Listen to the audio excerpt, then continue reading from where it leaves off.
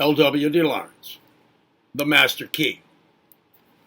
Part 2, Chapter 12, Scientific Concentration, Attention, and Mental Discipline.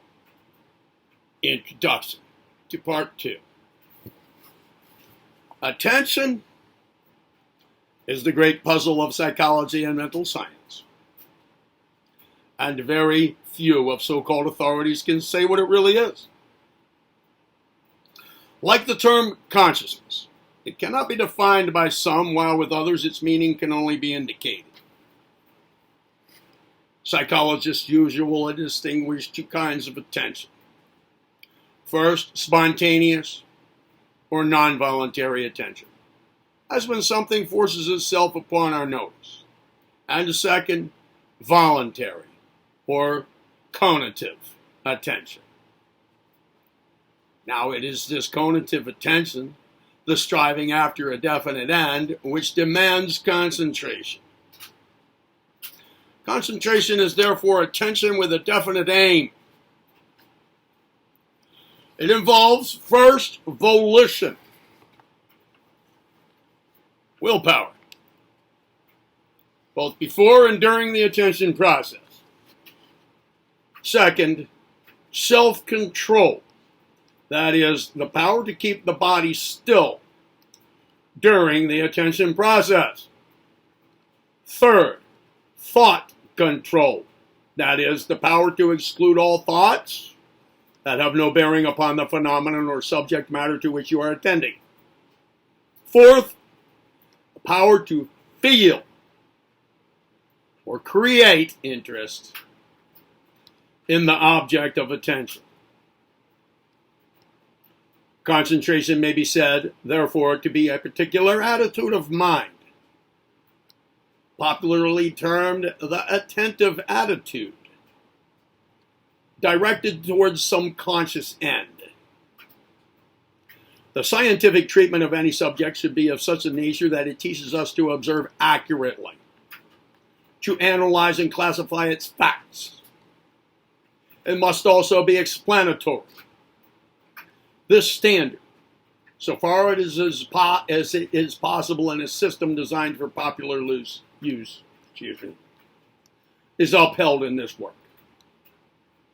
In one sense, this course of lessons may be said to be normative, that is, to define or hold up a norm, standard, or ideal of concentration. But primarily it is more in the lines of a practical science. It aims to teach the student to know how to do. That is, it lays down the rules for the attainment of concentration and mental discipline. The power of concentration can be trained to a high degree of perfection, and the author can assure students that if they will practice the exercises contained herein faithfully, in a spirit of thoroughness and earnestness, they will soon find their power of concentration growing. A power which they can extend to all activities of life. Students are admonished that there is no such thing as failure if they are earnest and sincere. Success comes to the faithful.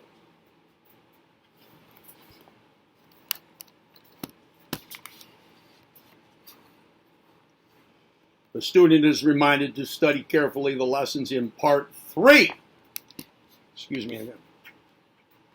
On attention, observation, and interest, and also the section on fatigue in Lesson 17. Direction for practicing. The student should practice each exercise in Lesson 11. When you begin studying Lesson 12, omit practicing the exercises in Lesson 11, except exercise number 1, and confine your attention to the exercises on Lesson 12 only. This is Lesson 12. No, it's not.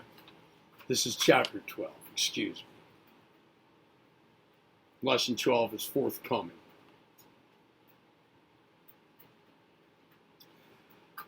Follow the same course when you begin studying Lesson 13. Omit practicing the exercises in Lesson 11 and 12, and confine your attention to the exercises in Lesson 13. When you start studying Lesson 14, do as above, and confine your attention to the exercises in that lesson. After you've gone through all the lessons, pick out from each lesson the most important exercises. Say one exercise from each, and practice these diligently each day for a month. When you find you have a grip on any one or two exercises, drop these and take up others, until at length you feel that you have a fair grip of all the exercises. You will find that you cannot possibly practice all the exercises each day, for it will demand all your time. Therefore, make a selection of those exercises which you find benefiting you, and gradually take up others as directed. As time goes on, endeavor to make exercises for yourself, as this will keep your interest fresh. Never let an exercise tire or exhaust you.